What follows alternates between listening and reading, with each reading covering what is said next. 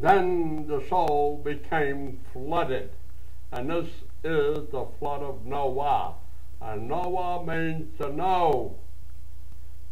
To know something that's in a frequency beyond the one we're living in at the present. And we must go for it. And when we go for it, it is strenuous, suffering, and so forth and so on. But we lose our reasoning for doing what we're doing.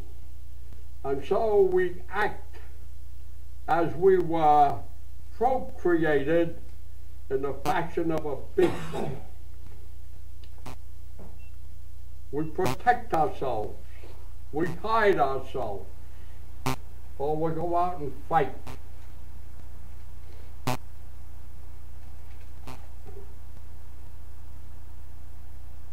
So in that primordial sea is everything, in the original soul. And that original soul, in some religions, called Mary, which is close enough to mare, meaning the sea.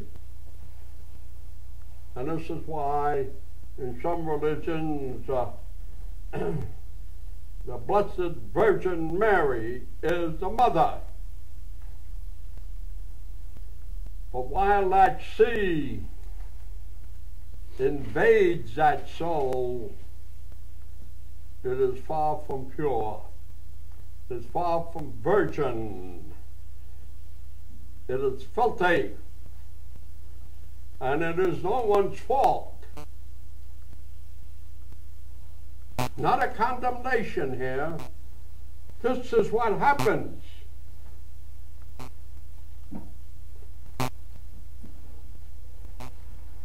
And if it weren't for those who were here before us, who are now our spiritual friends, assisting us to get out of this, as they put it to me, a God's awful mess. We couldn't do it. So when you serve people and the results are miraculous, remember, we are still flesh and blood, and we cannot perform these miraculous results unless our spiritual friends are next to us, helping us. And this we must put into our heads.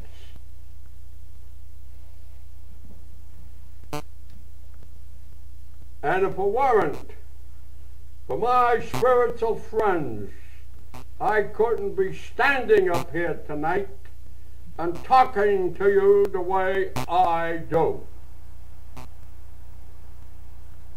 They have been assisting me since day one, and that's not in September the 11th, 1911. Way back. Since when, I don't know, but way back. Okay? And think of it the same. So that primordial sea is the one that contains the Leviathan, the serpent, the dragon. And even though they'll leave, they become endangered. They leave their footprints on the very bottom of that soul. And those footprints, believe it or not, give them eternity. Now what about the fish that never hit the bottom of the ocean? They just swim among.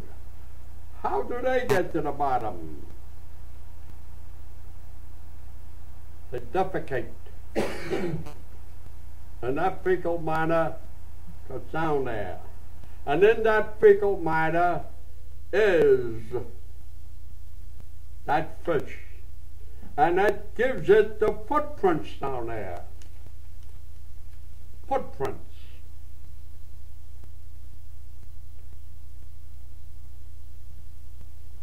You ever see that little, how come this guy's talking to the Lord? How come I see two sets of footprints? Then all of a sudden, I see only one set.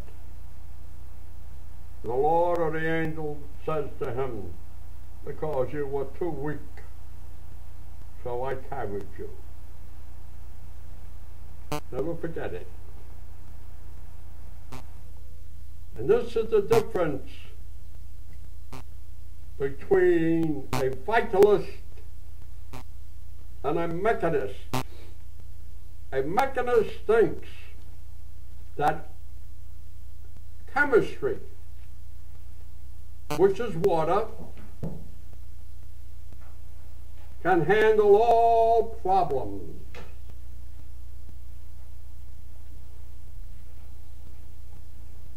Now, not so long ago, I attended a meeting, and some chiropractor was there who was at the head of a school, start to talk about mental impulses.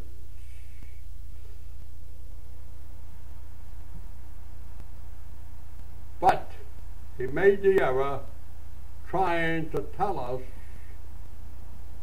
how we could measure them. In the mental world, there is no measurement. You don't measure a mental impulse. And it doesn't run along the neural system. It has its own particular system. So understand that very clearly. Now just visualize your soul, and it is full of water, and in there you see many creatures, but finally you see the water subsiding, disappearing.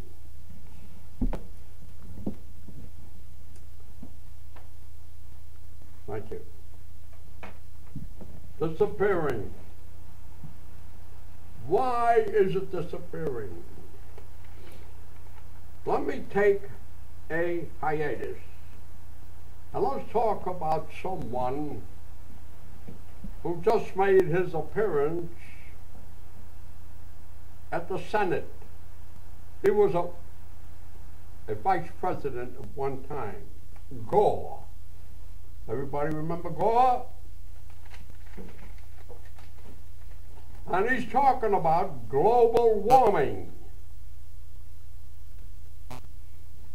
And he wants to do something about it. But what he wants to do, he never tells us. What can we do? He never tells us. What? Spend billions of dollars uselessly? Understand it. And then we know what's going to happen.